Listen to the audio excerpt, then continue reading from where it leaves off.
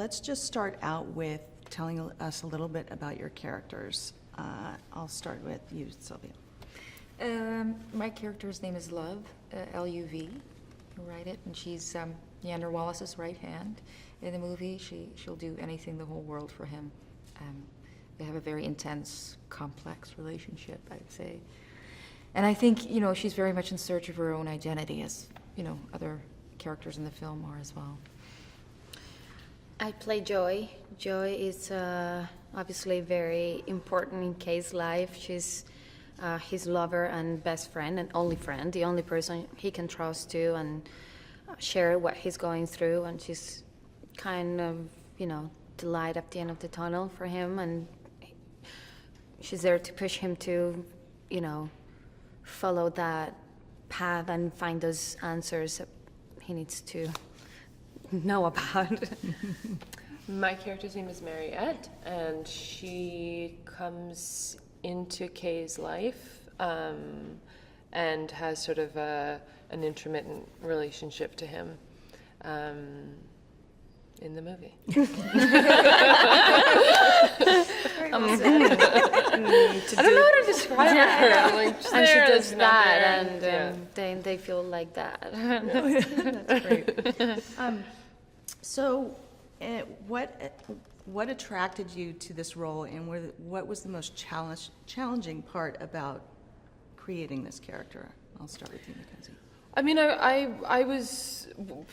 we all sort of auditioned to be in the movie before we knew what characters we were going to be. So I love the original so much. It's one of my favorite movies, and I'm just considered Denis one of the greatest living filmmakers. So those two things alone were huge sort of magnets that brought me towards the project.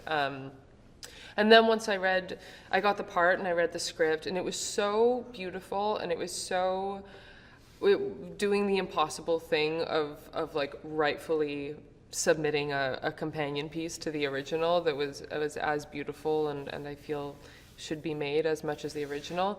And I just wanted to be a part of this world and work with these people, and I loved the characters. She was so sort of sneaky, and I don't know, I thought about her as like a rat that had survived a nuclear winter. And A wet rat. yeah, just like a wet rat that kept showing up. And there was no part of it that I wasn't sort of aching to be a part of. Sylvia?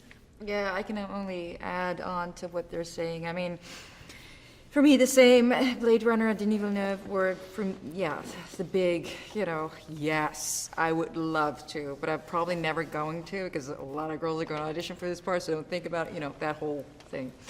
And actually, when I, got the part and read the script, I thought, my character Love has, I had the chance to be able to work with so many different elements, such a rich palette of vulnerability, strength, humor, satire.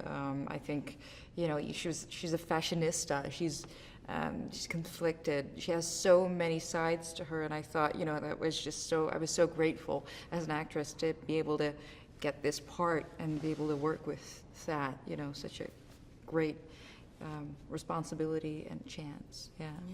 She was a kick-ass. Yeah.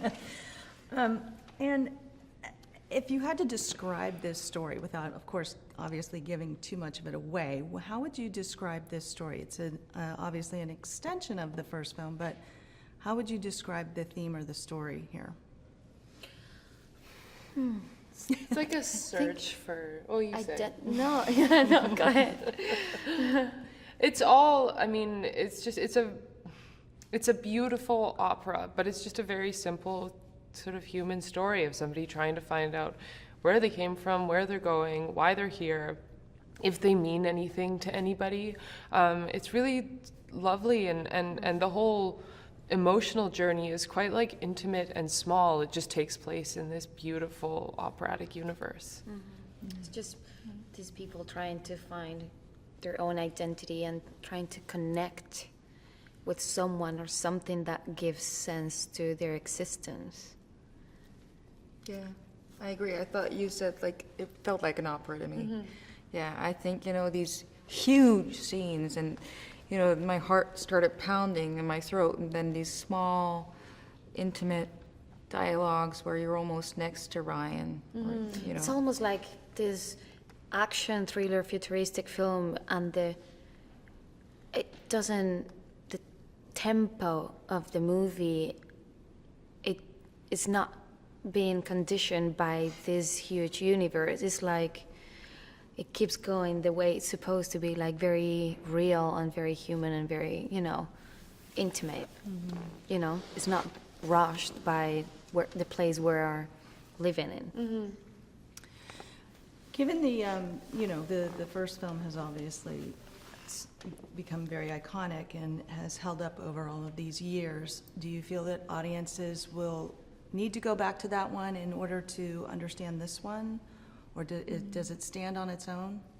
It fully stands on its own. I think they should, because it's also a beautiful movie and it just deepens the experience. But it's not a sequel in the sense that there's a bunch of information that you won't understand if you don't watch the original. It's really a standalone piece. I mean, if you obviously watch the first one, then you know who these characters are. I mean, Rick Deckard in this case, and what happened 30 years ago.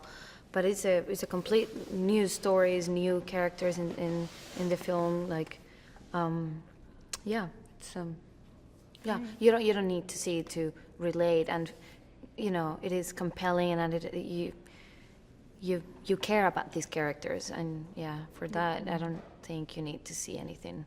Right. Just connect with this. Yeah, I think Denis calls it a love letter to the original. So I think it's nice to see the original, but it's definitely a Denis Villeneuve film, I think, you know. And speaking of Denis, what did he bring to this project as a director? He's just such a, he has such a huge inner world. His inner world is so magical, and he has, I believe, you know, such a talent in communicating that world to his crew and his cast, and just creating this very safe environment where everybody feels that they can be vulnerable and just, you know, improvise and try things and come up with ideas. I think he really has a very strong core of belief in his own ability. He's just so very talented. I haven't really met anyone like him. Yeah, that's great. We love him. Deeply love him. Hey, Vale here with some cool movie facts on the efforts some actors go to create the characters they play. For the role of Roger Kint, Kevin Spacey glued his fingers together in the film The Usual Suspects to give his left hand the feeling of paralysis.